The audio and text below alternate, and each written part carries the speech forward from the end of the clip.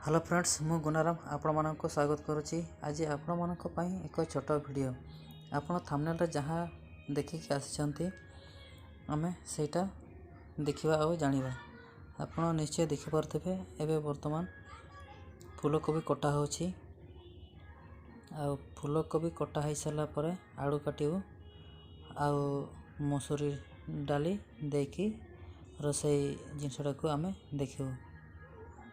वर्तमान आलू काटुछंती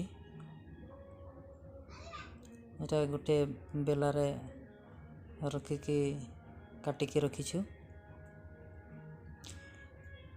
एटा होची हमर डला एथिरे पनीपरिया सब रखिछु। एटा आपण देखि परछंती गोटे बेलारे रखा हिची।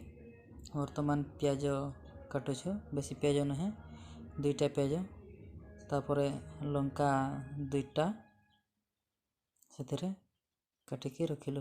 तापर ए जो जोर देखुचंती एथिरे रसुण चोपा छड़ेकी रखा हैला। तापर एटा को छेचिकी गुंड कराहबो न कुटिकी गुंड कराहोछि। तापर गुंड करी सारला परे एटा को आमे सबु प्रांजल भावरे देखेबो आपण माननकु कौ जिनस तरकारी रे आमे व्यवहार करछु।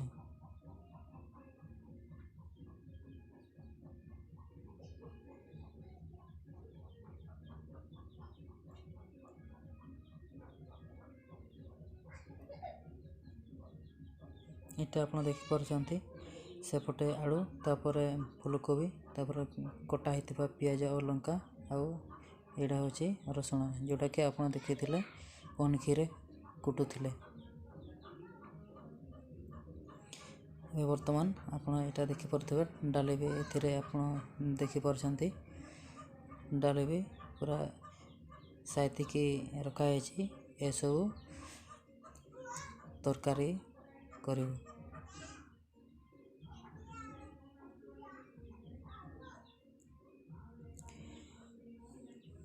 आपण निश्चिंत भाव मोठारू भल तरकारी करी लोक माननकु देखै परिछंती।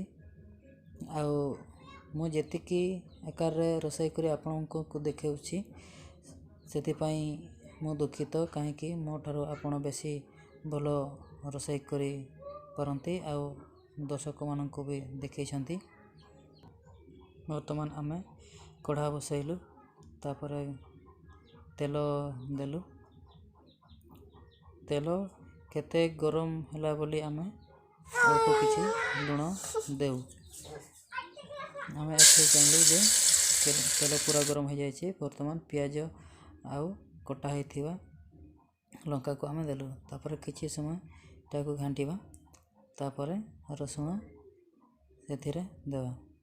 रसुण मध्ये आमे देलु। तापरे एटा भी किछि घांटी के फ्राई करबा एंती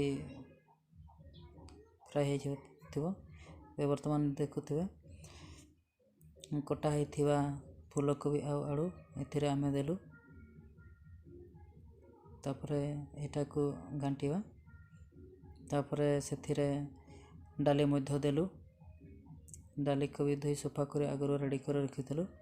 एटा एका सहित कटा हेथिबा आलू आ फूलकोबी को एका सहित देलु जेमती एका सहित सिझिबो। आ एथिरे आमे लुण पकैलु मध्ये जेमती शीघ्र सिझिबो।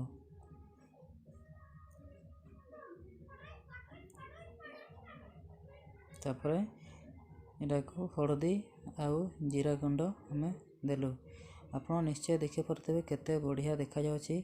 हळदी देई सारला परे बहुत बढ़िया यार स्वादिष्ट भी बहुत बढ़िया हेथिबो। आपण थरे एमती रोसई करी खाइले मध्ये निहाती जानि परबे एही तरीका रे करले केते बढ़िया देखा जिवो आ स्वादिष्ट मध्ये एथिरे केमिति आस्थिबो। निश्चय आपण एही तरीका रे थरे करिकि देखंतु। तापरे हमें अल्प पानी देउ जेमती सब किछि भलो भाबरे सिझैथिबो। तापर पानी देला पर किछि समय घांटिला पर एटाको ढांकण ढांकीदेवा। आपण निश्चय देखि पारथबे एबे पूरा रोषेई हो जाइछि एकदम सबू रोषेई हो साराणी। तापर वर्तमान अल्प किछि धनिया पत्र देबो। आपण सब्सक्राइब और बेल बटन दबापी भूलते नहीं, जमी आपंक पाखक नोटिफिकेशन प्रथम पहुँचो।